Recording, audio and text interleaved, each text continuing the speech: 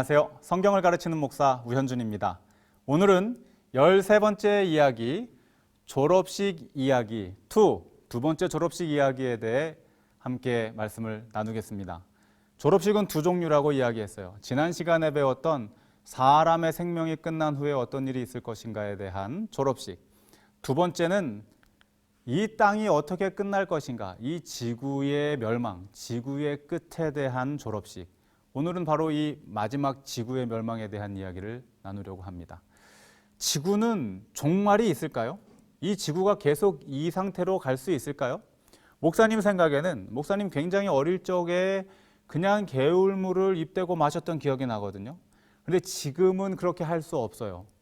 불과 몇십 년이 지난 이 짧은 기간 동안에도 지구는 급속도로 변하고 바뀌고 있습니다. 과연 이 상태로 지구가 계속 유지될 수 있을까요? 목사님 생각에는 지구가 이대로 가다가는 어떻게 고장이 날 것 같아요. 목사님보다 훨씬 더 똑똑하고 또 연구를 많이 하는 학자들도 여러 가지 학설들을 내놓습니다. 그중에 조금 신앙이 있는 사람들은 이런 얘기를 해요. 창세기의 내용을 믿는 사람들은 지구가 너무 오염이 되어서 결국은 남극과 북극에 있는 얼음들이 다 녹아서 노아 홍수 때처럼 혹은 창조 이전의 모습처럼 지구가 다 물로 뒤덮이게 될 것이다. 그래서 지구는 결국 사람이 살 수 없는 형태로 변할 것이다. 이렇게 말하는 사람들이 있습니다. 그러나 그것은 성경과 전혀 거리가 먼 내용입니다. 왜냐하면 노아 홍수 이후에 예수님께서 하늘에 무지개를 띄우시면서 저 무지개를 보거라. 저것이 증거가 되어서 내가 결코 지구를 통째로 물에다가 이렇게 멸망시키는 일은 없을 것이라고 약속하셨기 때문이에요.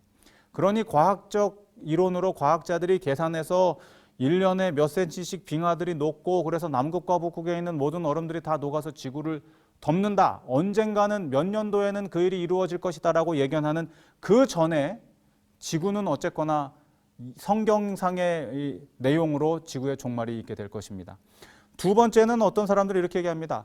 해성과의 충돌로 이렇게 아주 엄청나게 긴 사이클을 가지고 있는 이 해성이 돌다가 결국은 그 궤도에서 조금 더 수정되어 가지고 지구랑 꽝 부딪혀 가지고 어느 날 지구가 이 해성과 부딪혀 가지고 멸망할 것이다. 이렇게 이야기하는 천문학자들도 있습니다. 또 전혀 얼토당토 않게 외계인의 침공으로 지구가 멸망할 것이다. 이렇게 얘기하는 사람들도 있습니다. 그런데 어쨌거나 이 지구가 어떻게 멸망할 것인가에 대한 것은 모든 사람들의 관심 중에 하나라고 생각을 합니다.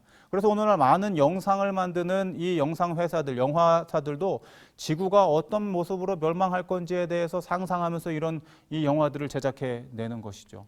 그렇다면 과연 성경에서는 지구가 어떤 형태로 끝날 것인가, 지금 우리가 인류가 살고 있는 이 지구의 형태가 언제 어떻게 정리될 것인가에 대해서 뭐라고 말씀하고 있을까요? 성경은 단도직입적으로 딱 한 문장을 우리에게 제시합니다. 요한복음 14장 3절. 가서 너희를 위하여 처소를 예비하면, 예수님께서 하늘로 가셔서 우리가 살 수 있는 집을 마련한 후에 그것이 예비가 되면 내가 다시 와서, 예수님께서 다시 이 땅으로 오셔서 너희를 내게로 영접하여 나 있는 곳에 너희도 있게 하리라. 예수님께서 이 지구상에 살고 있는 예수님 믿는 사람들을 데리고 하늘로 올라가시는 그날, 그때가 바로 지구의 끝이라고 성경은 이야기하고 있습니다. 그렇다면은 예수님은 언제 어떻게 오시는 것일까요? 예수님이 오시는 모습은 어떤 모습일까요? 성경은 우리에게 이렇게 말합니다. 사도행전 1장 11절에 가로되 갈릴리 사람들아 어찌하여 서서 하늘을 쳐다보느냐, 너희 가운데서 하늘로 올리우신 이 예수는 하늘로 가심을 본 그대로 오시리라 하였느니라. 예수님께서 십자가에 달려 돌아가시고 부활하셔서 40일 후에 승천하실 때에 모습을 보니까 하늘로 공중에 뛰어 올라가시는 모습을 보고 제자들이 놀라서 어리벙벙하고 있으니까 두 천사가 그들에게 이야기해 주는 내용이 오늘 제가 좀 전에 읽은 성경절인 것입니다. 어찌하여 그렇게 하늘을 쳐다보느냐, 하늘로 올리우신 이 예수는 가심을 본 그대로, 이 모습 이대로 하늘로 올라가신 것처럼 하늘에서 다시 내려오실 것이다. 이 모습을 기억해라 라고 말씀하셨고 그것이 그래서 성경에 그 내용 그대로 기록된 것입니다. 그러니까 예수님은 어떤 우주 제트 비행기나 우주선 이런 걸 타고 오시는 것이 아니고 아니면 빛의 속도로 샥 나타나셔가지고 뿅 나타나셨다가 샥 사라지시고 이런 분이 아니시고 인간의 육체의 모습 이대로 가신 그대로 다시 그 모습 그대로 이 땅에 오실 것이다.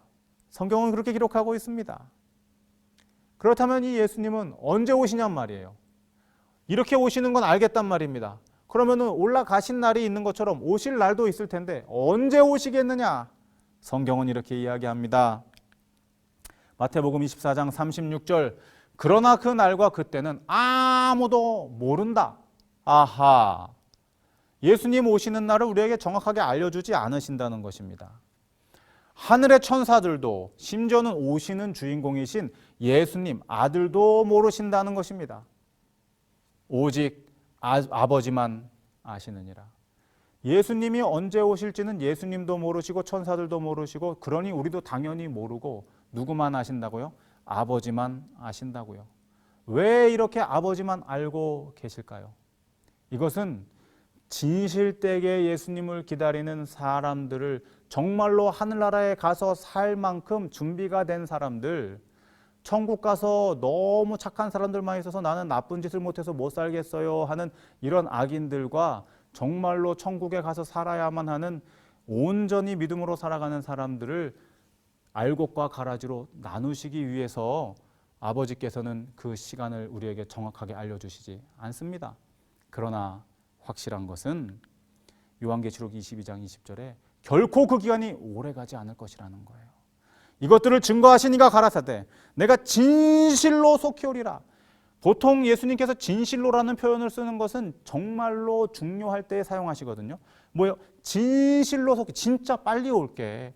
내가 진짜로 빨리 올게 라고 성경 마지막 장 마지막 절에 이렇게 기록하고 있는 것입니다. 진실로 속히 오리라 하시거늘 아멘 주 예수여 오시옵소서 이렇게 성경이 맞춰지는 것이죠. 여러분 성경에서는 분명히 말씀하시기를 우리가 그 시와 때 정확한 그 시간은 알지 못하지만 계절의 흐름을 바뀌는 것을 통해서 이제 겨울이 오는구나 정도 알 수 있잖아요. 첫눈이 몇 날 며칠 날 딱 온다라고 그 날짜와 시간을 정할 수는 없지만 지금 계절이 바뀜으로 인해서 이제 뭐 하는구나, 눈이 올 날이 가까워지는구나 우리가 알고 겨울 월동 준비를 할 수 있잖아요.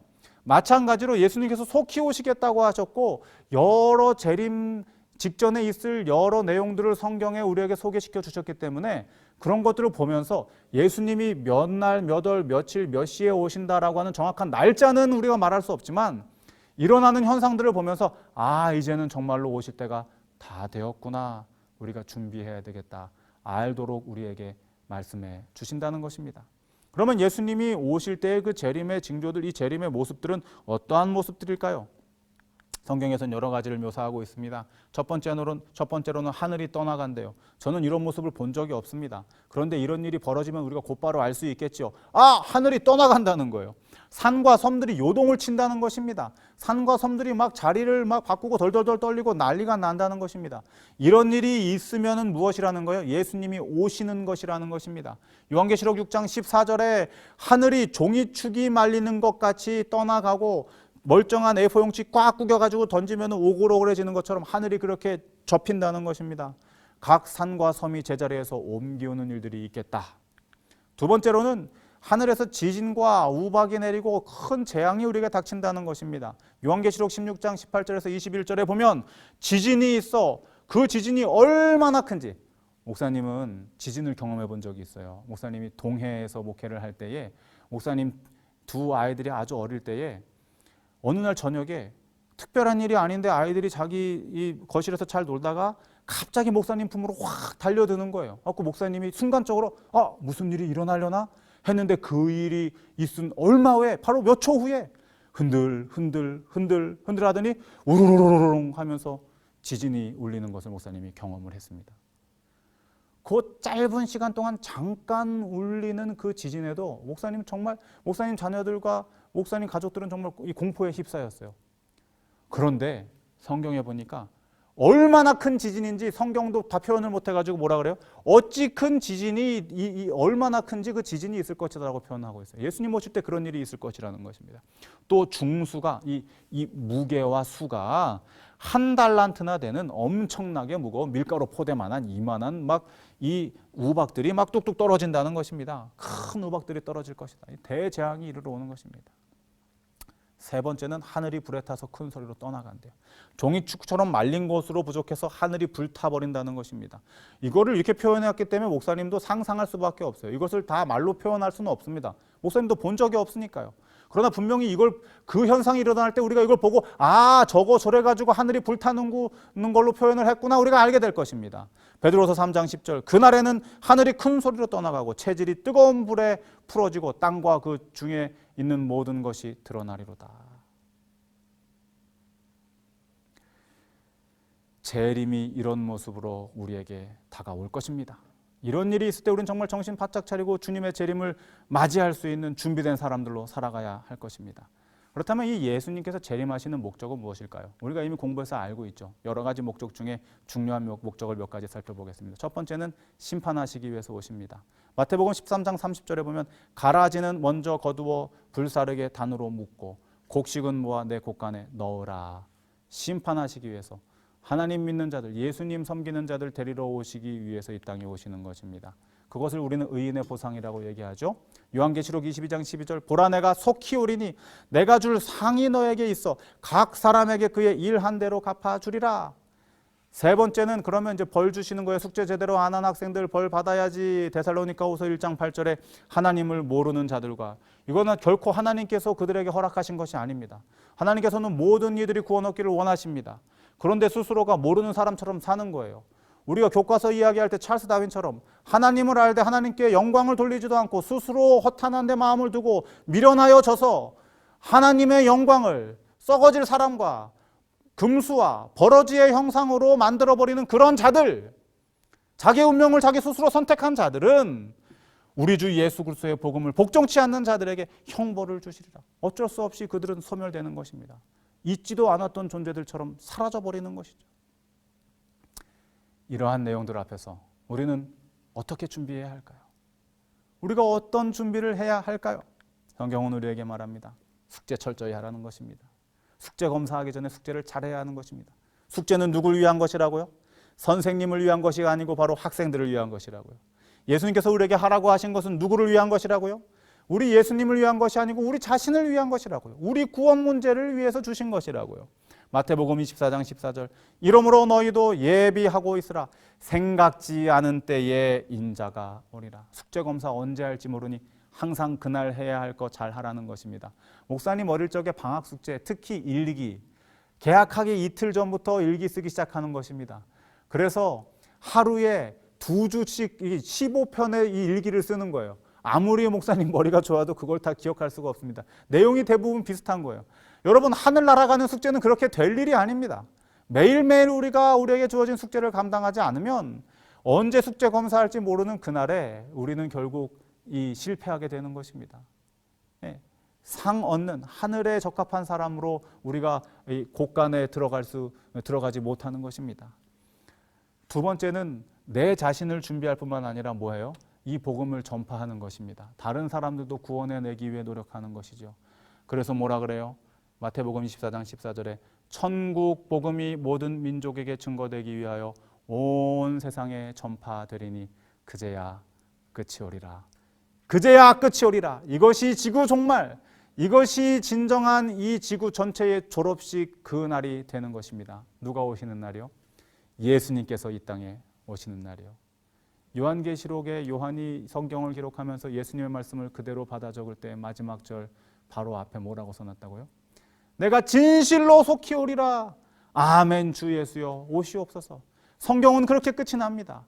여러분 예수님께서 이제 곧 오실 거예요. 목사님 세대에 올 것을 목사님은 정말 확고하게 기다리고 있습니다. 그러나 만약에 목사님 세대가 아니라면 목사님은 확신하건대 여러분 세대에 예수님께서 오실 것을 목사님은 믿습니다. 이 일은 온 우주의 최고의 이벤트가 될 것이에요. 여러분들이 평생 보고도 다시는 보지 못할 최고의 온 우주의 엄청난 이벤트가 될 것입니다. 이 예수님의 재림이 여러분들에게 기쁨의 날이 되어야 합니다.